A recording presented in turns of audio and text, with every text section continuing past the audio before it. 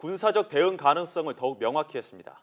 북한이 대륙간 탄도미사일 화성 14형으로 괌을 타격하겠다며 구체적인 계획을 밝힌 다음 날 뉴저지주 자신의 골프클럽에서 기자들과 만난 트럼프 대통령의 발언은 더욱 날이 섰습니다. 북한에 대한 화염과 분노 경고가 충분하지 않았다며 더욱 강경한 대응이 무엇인지는 알게 될 것이라고 위협했습니다. Maybe that statement wasn't tough enough, and we're backed by 100% by our military, we're backed by everybody, and we're backed by many other leaders. 또 북한이 미국을 공격하려 한다면 상상하지 못한 일이 일어날 것이라고 엄포를 놓았습니다. If North Korea does anything in terms of even thinking about attack of anybody that we love or we represent or our allies or us, they can be very, very nervous. Things will happen to them like they never thought possible. 대북 선제 타격 가능성은 대놓고 말하지 않겠다면서도 지켜보자며 강력 대응을 시사했습니다. 트럼프 대통령은 북한의 핵탄두 소용화 가능성이 제기된 뒤 화염과 분노에 직면할 것이라고 공격한 뒤 미국의 핵무력을 과시하는 등 연일 초강경 발언을 쏟아내고 있습니다. 지난 주말 북한의 탄도미사일 발사 소식을 접하자마자 아베 신조 일본 총리와 공동 대응했던 도널드 트럼프 미국 대통령. 현지 시간 13일 G스탱 트리도 캐나다 총리와의 정상회담 직후 가진 공동 기자회견에서 북한 문제를 다시 꺼냈습니다. 북한이 도발에 격앙된 모습이었습니다. Obviously, North Korea is a big problem, and we will deal with that very strongly. 구체적인 대응 방안을 내놓지는 않았지만 자신의 취임 후 첫 도발을 한 북한에 강경책을 꺼내들 것임을 시사한 모습입니다. 도널드 트럼프 미국 대통령이 또다시 북한의 핵과 미사일 위협을 언급했습니다. 매우 화가 났다라는 강한 표현과 함께 북한 김정은과의 만남은 너무 늦었다는 말을 했다고 합니다. 당시 북한이 도발에 매우 화가 났다고 밝혔습니다. 그리고 북한의 위협을 매우 위험한 상황이라고 규정했습니다. 북한의 핵과 미사일 위협을 매우 큰 문제라고 말한 데 이어 또다시 강한 표현으로 비판한 겁니다. 트럼프 대통령은 이런 북한에 대한 대책으로 일본과 한국의 미사일 방어 시스템을 가속화하는 것이 많은 옵션 가운데 포함되어 있다고 말했습니다. 북한의 추가 도발 가능성이 제기되는 가운데 이번에는 잠수함 발사 탄도미사일 SLBM 발사를 준비 중인 정황이 포착됐습니다. 김정은이 2주 가까이 공개석상에 모습을 드러내지 않고 있는 점도 주목됩니다. 윤지윤 기자입니다. 지난 7일 촬영된 북한 신포 잠수함 기지 일대 위성 사진입니다. 신포급 잠수함의 전방과 후방 갑판이 위장막 등으로 가려져 있습니다. 잠수함 발사관 주변의 움직임 등 활동을 은폐하기 위한 것으로 지난해 SLBM인 북극성 1형 시험 발사 직전의 모습과 비슷합니다.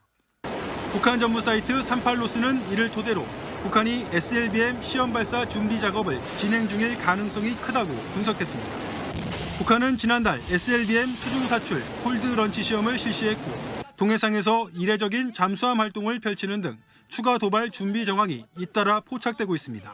탄도 로켓들을 끊임없이 만들어내며 공중과 해상, 수중의 모든 공간에서 연발적으로 이룩해 나갈 때 대해서 강조했습니다. 앞서 북한은 지난해 8월 한미연합 을지 프리덤 가디언 훈련에 맞대응해 SLBM 도발을 감행했습니다. 당시 고각 발사된 미사일은 500km를 날아가 사실상 시험 발사에 성공했습니다. 최근에는 고체 연료 기반의 북극성 3형으로 추정되는 신형 SLBM도 공개했습니다. 이런 가운데 북한 김정은 위원장은 ICBM급 화성 14형 2차 시험 발사 성공 축하연이 열린 지난달 30일 이후 2주 가까이 공개 활동이 보도되지 않고 있습니다. 때문에 한미연합훈련이 시작되는 오는 21일 전후로 추가 도발에 나설 수 있다는 관측도 나오고 있습니다. 북한은 최종 단계의 전략무기로 불리는 잠수함 탄도미사일 SLBM 실전 배치를 서두르고 있는데요. 최근에는 잠수함의 기술적 변화까지 포착됐다는 분석이 나와 우리 군이 촉각을 곤두세우고 있습니다.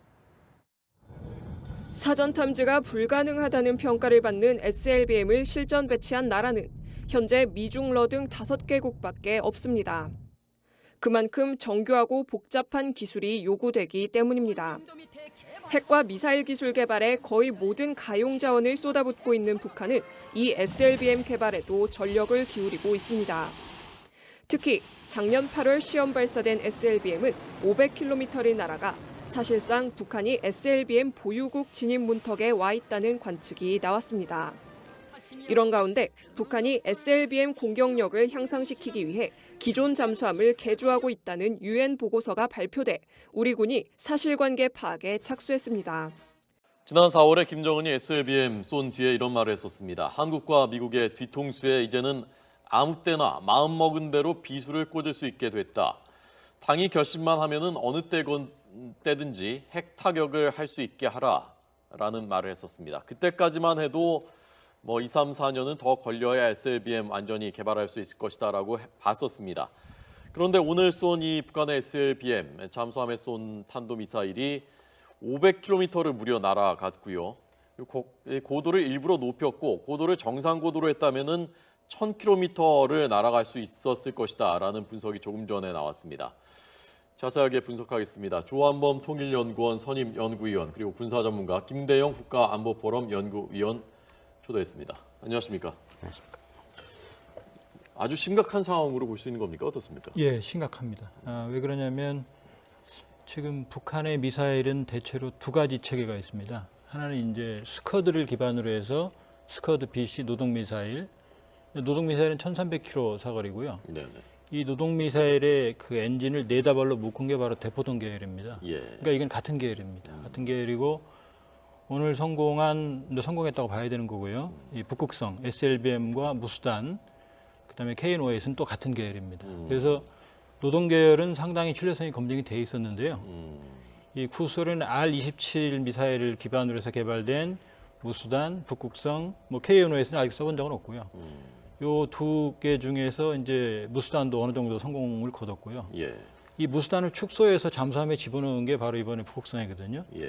근데 이것이 사거리를 일단 500km를 달성을 했고, 그 다음에 이 북극성이 무수단을 기반으로 했기 때문에 2단 로켓으로 되어 있는데, 네네. 1단, 2단 분리도 모두 정상적으로 분리가 됐어요. 또 이제 이번에 그 자디즈, 즉 일본의 방공식별 구역 안에 상당 부분 침범해서 떨어졌거든요. 예. 그 이야기를 본다 그러면 의도적으로 계산된 거리를 비행을 한 것으로 보여지기 때문에 지금 다양한 플랫폼이라든지 여러 가지 신뢰성을 좀 검증을 해봐야겠지만 단순히 SLBM 발사체만을 봤을 때는 예. 상당히 위협의 강도가 세졌다 이렇게 볼 수 있습니다. 네. 사거리가 1000km면 사실 우리 쪽은 말할 것도 없고 지난번에 그 노동 미사일 쐈을 때 그때 괌까지 사정권이라고 했었지 않습니까? 노동 미사일은 아니고요. 예. 무수단입니다. 노동은 최대가 1,300km고요. 예. 무수단이 이제 4,000km이기 때문에 네. 무수단이 이제 괌을 타격할 수 있는 거죠. 예. 무수단을 고각 사격을 해서 지난번에 사거리가 1,400km까지 달성이 됐었거든요. 무수단의 경우에는 정상 사거리가 확보가 되면 괌 타격이 가능합니다. 그러면 이 지금 SLBM 1000km면은 어떤 공격이 예컨대 어떤 공격 루트가 가능한 것인지 그걸 좀 말씀해 주시죠. 예를 들어서 이제 한반도나 그리고 일본에 있는 주요한 주일 미군 기지들을 이제 타격할 수 있는 능력을 갖게 되는데요. 특히 핵심적인 것은 이제 주일 미군 기지 같은 경우에는 유사시에 우리나라 전쟁이 발생했을 때 미군들이 집결해서 이 한반도에 투입되는 그런 아주 중요한 기지라고 할 수 있습니다. 예. 그래서 만약에 전쟁이 발발했을 때 북한이 SLBM을 이용해서 이러한 기지들을 선제 타격해버리면은 우리로서는 굉장히 힘든 상황에 빠질 수밖에 없는 것이죠. 예. SLBM은 전혀 탐지할 수가 없습니까? 잠수함에서 쏘면? 그렇지는 않고요. 네. 그래서 일반적으로 지금 북한의 그런 잠수함 기지 앞에는 주로 이제 미 해군의 그런 핵 잠수함들이 초계 활동을 벌이고 있습니다. 왜냐하면은 미사일을 발사하기 위해서는 SLBM 같은 경우에는 기지에서 발사도 물론 가능하지만은 일단 바다로 나와서 사격을 해야 된다라는 문제가 있기 때문에 이러한 잠수함들을 추적하는 그런 임무를 미 해군 핵 잠수함들이 주로 맡고 있습니다. 그리고 예를 들어서 핵미사일을 장착을 한다 이런 것들 또한 이제 한미 양국의 감시 자산이라든가 또 미국의 정찰 위성 등이 상시에 또 감시를 하기 때문에 그러한 징후들을 사전 포착한다라면은 우리도 물론 대응할 수 있는 시간이 있다고 보여집니다. 근데 이제 상당한 제약은 있죠. 예. 왜 그러냐면 이제 잠수함을 전략 무기라고 평가를 하는데요. 그건 잠수함의 경우에는 이제 은밀성이 생명이고요. 일단 자망을 하게 되면 레이더로는 탐지가 안 됩니다. 그럼 이제 소나라든지 같은 잠수함 내지는 함정에 있는 소나 체계 또는 이제 대잠 초계기가 잠수함의 항적을 찾아내게 되는데요. 이게 현실적으로 매우 어렵습니다. 거기다가 동해의 경우에는 세계적으로 잠수함의 천국이라고 불릴 정도로 잠수함의 작전 환경이 매우 좋아요. 무슨 말씀이냐면은 예. 일단 심도가 매우 깊고요. 예. 그다음에 지금 난류와 한류가 이렇게 이 소용돌이 치면서 매우 심한 소음이 발생을 합니다. 그래서 소나체계가 작동이 굉장히 어렵기 때문에 예.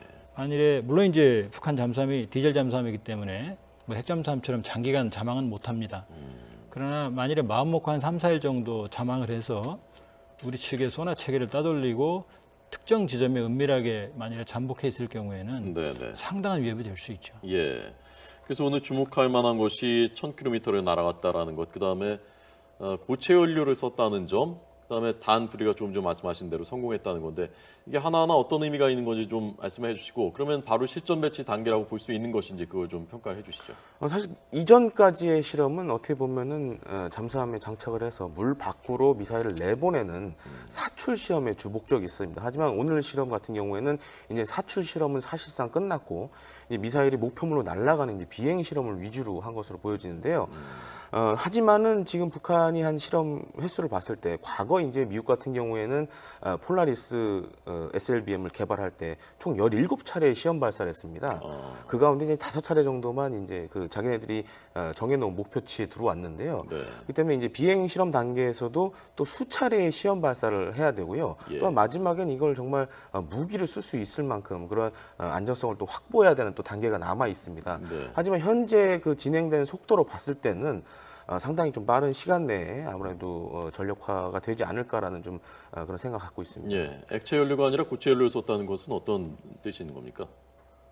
그 부분은 확인이 좀 돼야 될 것 같습니다. 왜냐하면 이 고체 연료를 썼다는 건 매우 중요하거든요. 왜냐하면은 액체 연료 원래 기반이 됐던 소련의 R-27은 액체 연료예요. 액체 연료이기 때문에 발사하는데 상당한 어려움이 따르거든요. 연료 주입하는 것 때문에 그렇죠. 그런가요? 그다음에 이제 안전성도 확보가 어렵고요. 그러나 이제 고체 연료라고 그러면은 상당히 안정적인 상태에서 자유로운 발사가 가능하다는 거죠. 그렇기 때문에 고체 연료라는 부분은 좀 더 확인이 필요하고요. 첫째. 두 번째 연료라면은 더 심각한 거예요. 그렇죠. 매우 심각한 상황이고 두 번째 그 이야기는 SLBM뿐만이 아니고 네. 지금 지상 기반 발사하는 무수산까지도 고체 연료로 개량이 가능하기 때문에 복합적인 위험이 커지는 거고요. 예. 지금 우리가 약간 미스테리한 부분은 뭐냐면 지금까지 발사한 북한의 SLBM이 모두 신포 앞바다에서 발사를 했어요. 네. 근데 사실 만일에 북한이 정상적인 완벽한 플랫폼, 그러니까 미사일을 SLBM 발사할 수 있는 잠수함 체계를 가지고 있다 그러면 굳이 신포에서만 발사할 이유가 없거든요. 그러니까 신포를 상당 부분 떠나서 발사할 수도 있거든요. 무슨 말씀이냐면 지금 북한이 SLBM을 발사할 수 있는 플랫폼으로 건설해 놓은 건 한 척밖에 없어요. 신포급 한 척. 예. 근데 그 신포급 한 척에서 계속 수중에서 발사를 시도한다는 것은 굉장히 의문스럽거든요. 왜냐하면 이 지금 개발 단계이기 때문에 수중에서 폭발할 수가 있어요. 그럼 한 척밖에 없는 그 신포급 잠수함을 상실하게 되거든요. 예. 그렇기 때문에 지금까지 발사했던 모든 SLBM이 신포 앞바다라는 점. 두 번째, 북한이 보여줬던 영상에서 이 수면을 이렇게 솟구쳐 나올 때의 모습을 보면 매우 파도가 잔잔해요. 근데 사실은 SLBM은 파도를 가르고 나올 때가 굉장히 자세가 불안정해지거든요. 예. 그러니까 지금 일각에서 나오는 이야기는 파도가 안정적인 상태에서 수중에 설치해놓은 일종의 바지선 형태의 발사 플랫폼에서 시험을 하고 있다라는 주장도 있거든요. 그러니까 잠수함에서 쏜 게 아니라 수중에서 그냥 쏘는. 그렇기 때문에 저도 상식적으로 뭐 확답은 못하지만 한 척밖에 지금 저 모습이거든요. 지금 저 뚫고 나오는 김정은이 보고 있거든요. 저게 지금 파도가 상당히 잔잔하고요. 한 척밖에 없는 플랫폼을 저렇게 무리하게 개발했을 수 있다는 건 일반적인 무기체계 개발에서는 상식이 아니거든요. 그러니까 지금 아주 가까운 거리거든. 김정은이 육안으로 볼 정도니까 바로 앞바다에서. 그래서 저 정도면은 사실 이제 정상적인 실험이라면 거의 뭐 그 황천이라고 하는 파도가 4~5m 이상급인 상황에서 수중에서 발사를 해서 자세를 제어해서 발사를 할 수 있을 정도가 돼야만 완벽한 기술을 획득했다 할 수 있거든요. 그렇기 때문에 과연 신포급에서 발사했는지는 확인을 해봐야 할 것 같습니다. 김 의원님은 그 가능성에 대해서 어떻게 생각하십니까? 저도 뭐 충분히 그 부분에 대해서 공감을 하고요. 만약 이번에 고체 추진체를 사용한 SLBM을 발사했다 그러면은 사실 우리가 지금 추진 중에 있는 뭐 킬체이라든지 KMD에 그야말로 재수정을 해야 될 정도로 막대한 영향을 줄 수 있습니다. 왜냐하면은 연료 주입하는 단계에 우리가 포착을 했을 경우에는 그만큼 대응할 수 있는 시간을 벌 수 있지만은 예, 고체 같은 경우에는 이 미사일 내에 내장이 돼버리기 때문에 예. 이건 뭐 상시 발사가 가능한 상태로 돼버립니다. 그렇기 때문에 우리 군의 입장에서는 굉장히 곤란한 상황에 놓일 수밖에 없는 거다. 현재 고체 연료를 사용하고 있는 SLBM을 개발한 나라가 전 세계 어디 있습니까? 주요 국가들은 모두 다 사용을 다 하고 있습니다. 있군요. 지금 이제 북한은 고체 연료를 자체 생산이 어렵습니다. 그렇기 때문에 중국 측의 지원이 없이는 고체 연료를 생산하기 어려운 상황이에요. 그리고 완전한 형태의 안정적인 고체 연료를 개발했다고 보기도 어렵기 때문에 네. 지금 고체 연료를 사용했다고 하는 부분은 확인이 필요하고 그다음에 만일에 사용했다고 그러면은 그건 사실 우리 미사일 대응 체계에 지금 김 선생님이 말씀하신 것처럼 심각한 위협이 됩니다. 예. 김정은이 앞서 4월 달에도 이미 한국과 미국 어디서나 비수를 뒤에서 꽂을 수 있게 됐다라고 했는데, 그런데 미국을 타격한다, 핵무기를 가지고 SLBM으로, 그건 어떤 그 시나리오가 상정 가능한가요? 그러기 위해서는 사실 지금 심포급 잠수함으로는 좀 상당히 좀 무리가 있어 보입니다. 왜냐하면은 현재 사거리가 1000km 정도로 나와 있고 뭐 예측 가능하기로는 뭐 2000, 3000 정도로 보여지는데요. 네. 발사를 하기 위해서는 동해를 지나서 그야말로 태평양까지 이제 항해를 해야 되는 상황입니다. 그렇게 하기 위해서는 지금 잠수함보다는 훨씬 큰 잠수함이 더 필요한 상황이고요. 그렇기 때문에 그거는 조금 더 먼 미래의 일로 이렇게 생각이 됩니다. 예. 그 사드의 요격 범위 안에 들어간다라는 것이 조금 전에 저희 전해진 그 군사 전문가의 분석인데, 그 부분에 대해서 두 분은 어떻게 보십니까? 그건 이제 이상적인 상태고요. 왜냐하면은 이번에 발사했던 것을 사드 체계에 적용했을 때 가능하다는 얘기고요. 예. 지금 만일에 사드의 경우에 이제 만일에 우리 지역의 특정 지역에 설치가 되게 되면 주로 그 레이더의 주사 범위가 북쪽으로, 그러니까 사드가 360도 방어하는 건 아니거든요. 그러면 만일에 북한의 심포급 잠수함을 이제 로미오급 잠수함을 개량을 해서 심포로 개량을 한 거거든요. 로미오급 성능으로 봤을 때 2, 3일간 잠항을 한다고 그러면은 뭐 부산까지도 충분히 와요. 예. 그러니까 부산을 지나서 뭐 지금 말씀하신 선생님 말씀하신 태평양은 못 가더라도 한반도 휴전선 이남의 상당 지역을 내려와서 잠복했을 수 있죠. 그럼 사실은 발사 단계에서 탐지가 어렵죠. 그렇기 때문에 이상적인 상태에서는 이론적으로는 사드 체계로 탐지가 가능하고 요격이 가능하지만, 그러니 북한이 매우 복합적인 방식으로 도발을 해온다고 그러면은 현실적으로 대단히 제약이 있죠. 그리고 또 한 가지 문제가 죄송합니다. 북한이 유사시에 SLBM만 쏜다라면 사실 요격이 손쉽겠죠. 하지만은 SLBM뿐만 아니라 예를 들어 스커드라든지 노동이라든지 이러한 미사일을 대규모로 발사했을 경우에는 사실 사드가 처리할 수 있는 또 한계가 있습니다. 물론 이제 밑에 이제 패트리어트라는 체계가 있지만은, 그래서 이제 우리 군도 사실 해상에서 탄도미사일을 요격할 수 있는 능력을 갖춰야 하는 상황에 사실 놓이게 된 겁니다. 사실 SLBM 때문에. 그래서 현재 그 건조 예정인 세 척의 이지스 구축하면은 사실 베이스라인 9.0이라서 SM3라든가 SM6 같은 그야말로 해상에서 탄도미사일을 요격할 수 있는 그런 미사일을 운용할 수 있는 그런 기반을 가지고 있습니다. 그래서 가장 좋은 것은 북한이 SLBM을 해상에서 발사했을 때 이러한 이지스 구축함들이 이제 상승 단계에서 이런 SM3나 6 미사일을 이용해서 요격하는 것이 가장 좋은 방안 중에 하나입니다. 네. 그러나 북한은 이미 SLBM이 이제 실전 배치 단계라고 하는데, 지금 우리가 그걸 준비해서 해도 한참 시간이 또 걸리는 거 아닙니까? 그러니까 지금 가장 큰 문제가 킬체인 KMD도 마찬가지지만은 사실 지금 당장은 어떻게 할 수가 없습니다. 그래서 2020년 이후에나 돼야 이것들이 이제 갖춰지고, 또 물론 이제 갖춰진다고 해서 이게 뭐 원활히 작동한다는 보장도 없고요. 또 그에 맞는 훈련도 또 열심히 해야 그야말로 원하는 성능을 발휘할 수가 있는 것이죠. 예.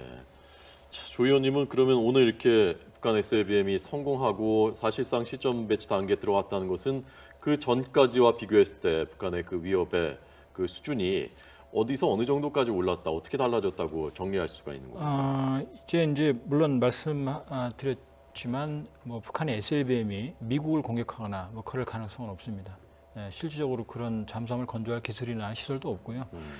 중요한 건 북한이 이제 전방위적으로 탄도미사일을 사용할 수 있는 복합적인 운용 체계가 갖추어지고 있다는 거죠. 그러면 사드 체계나 패트리어트 체계나 해상 발사 사드라고 할 수 있는 SM3 체계나 아니면 한국형 킬체인이나 모두 북핵 위협을 막는 데 상당히 효과적입니다. 그러나 문제는 그게 근본적인 해법은 아니라는 거죠. 왜냐하면 100% 요격률을 자랑하지는 않거든요.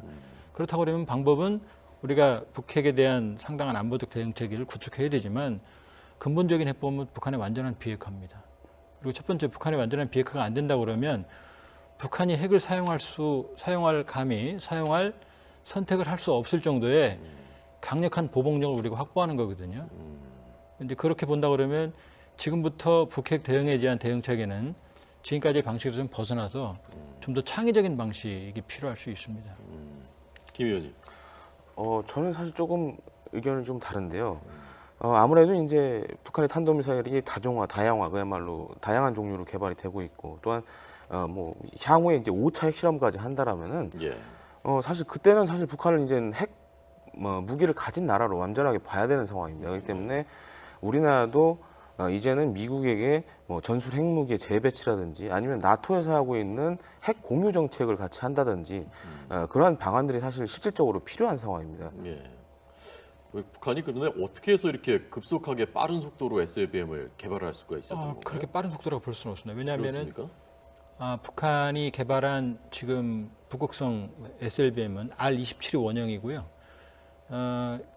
1993년경에 북한이 지금 심포급의 원형 모델이 되는 골프급 잠수함을 고철 형태로 일본에서 한 10여 척을 수입해 갔습니다. 예. 그때 이미 그 함교에 발사관이 그대로 장착이 돼 있었고요. 예. 따라서 그 발사관을 베이스로 자체 개발을 해서 그 수직 발사 캐니스터를 개발했다고 판단이 되고요. 언론에 보도가 됐지만 90년대 중반에 소련 과학자 20여 명을 북한으로 초청을 해서 R-27 개발자들입니다. 예. 그래서 이 무수단과 이 북극성의 기본 베이스를 개발한 것으로 지금 추정이 되고 있어요. 네. 이 20명은 본국으로 돌아가서 모두 사업 처리됐습니다. 그렇기 때문에 소련의 도움, 그다음에 소련의 구형 플랫폼을 북한이 확보했기 때문에 그 정도 환경이라고 그러면 지금 빠른 건 아니죠. 이미 뭐 충분히 가능한 시간이라고 볼 수 있습니다. 예. 그러나 올해 아직 사실 4월까지만 해도 우리 쪽이나 미국 쪽이나 실전 배치하려면은 적어도 뭐 2, 3년, 3, 4년은 걸릴 것이라고 봤었지 않습니까? 그건 빗나간 것 아닙니까? 그렇지는 않고요. 사실 아직까지 뭐 실전 배치를 얘기하기에는 조금 이른 것 같습니다. 왜냐하면은 이 미사일을 그야말로 무기로 쓰기 위해서는 아직까지도 많은 실험이 필요한 상황이고요. 네. 다만 이제 과거에 비해서 이러한 예를 들어 SLBM이라든지 이런 탄도미사일 개발이 그 어느 때보다 좀 사실상 쉬워진 건 사실입니다. 예를 들어 IT 기술도 많이 발달이 됐고요. 예전 같으면은 뭐 이러한 기술들 개발하기 위해서 그런 바탕이 되는 기술 개발하기 위해서 오랜 시간이 걸렸는데 이미 SLBM이나 이런 것들 뭐 선진국도 이미 다 만들었고 이게 어떻게 만들어야 되는지도 기술적으로 이미 다 알려진 상황이기 때문에 예. 북한의 입장에서는 그만큼 개발하기 용이한 상황이라고 할 수 있겠습니다. 예. 그 단이 분리됐다는 게 어떤 의미인지 좀 더 네, 부분 이제 좀 설명해 주시죠. 그 스커드 미사일 300, 500, 700까지 스커드 계열은 1단입니다. 그러니까 본체까지 다 붙어 있어요. 그다음 노동 미사일도 본체까지 붙어 있습니다. 그러니까 요격도 쉽습니다. 크기 때문에. 근데 이 장거리를 비행을 하게 되면 이제 그 추력 때문에 예, 그 우리 우리 그 로켓 그때 나로인가요? 그것처럼 이제 단을 분리하면서 추력을 확보하거든요. 예, 예. 그럴 때 이번에 2단 분리를 했다는 이야기는 500km가 중요한 게 아니고 지금 북한의 SLBM 원형이 되는 R-27이 최대 사거리가 2,500km거든요. 예. 그렇기 때문에 지금 북한의 SLBM도 사거리는 2,500km를 개발을 목표로 하고 있다고 봐야 됩니다. 그때 필요한 단 분리, 로켓 분리가 정상적으로 이루어졌다는 거죠. 네. 뭐 핵탄두를 물론 탑재할 수 있는 거죠. 지금 당연하죠. 저기다가. 예, 예. 네. 아까 심포급 잠수함 계속 말씀하셨는데 북한의 그 심포 동해안 쪽 예. 말씀하신 동해안 쪽 기지에서 심포급 잠수함. 심포급 잠수함이 어느 정도 재원 어느 정도 사양인지 그거 좀 말씀해 주십시오. 심포급 잠수함 같은 경우에는 사실 과거에 이제 동해에 침투했던 상어급 잠수함이라고 있습니다. 그것을 이제 확대 개량한 그런 형태로 보여지는데요. 거기에 이제 발사관을 SLBM을 쏠 수 있는 발사관 한두 개를 장착한 걸로 이렇게 추정이 되고 있습니다. 네. 그렇기 때문에 전체적으로 크기를 봤을 때는 그렇게 큰 잠수함은 아니지만은 과연 이제 북한이 이것을 SLBM을 실험하기 위한 용도로 만든 것인지 아니면 이것을 과연 이제 실전에 배치해서 군에서 쓸 목적으로 만들 건지는 조금 더 좀 파악을 해봐야 되는 상황입니다. 네. 그 신포급이 베이스로 했던 게 이제 골프급 소련의 잠수함인데요. 이게 이제 디젤 잠수함으로서는 이제 마지막으로 핵탄두를 장착을 했던 잠수함입니다. 그래서 잠수함이 이제 3,000톤급이기 때문에 이게 작아요. 그래서 이 탄도 미사일을 함교라고 이렇게 전망경이 있는 부분에 세워서 놓거든요. 근데 신포급은 지금 그보다 1,000톤이 작거든요. 그럼 골프급이 탄도미사일을 3발을 실었거든요. 예. 그렇게 본다 그러면 심포급은 많아야 2발, 그러니까 1발 내지 최대 2발을 실을 수 있는 것으로 추정이 됩니다. 2,000톤급 내외고요. 예, 알겠습니다. 오늘 두 분 분석 잘 들었습니다. 굉장히 심각한 상황이다라는 말씀이었습니다. 고맙습니다. 잘 들었습니다.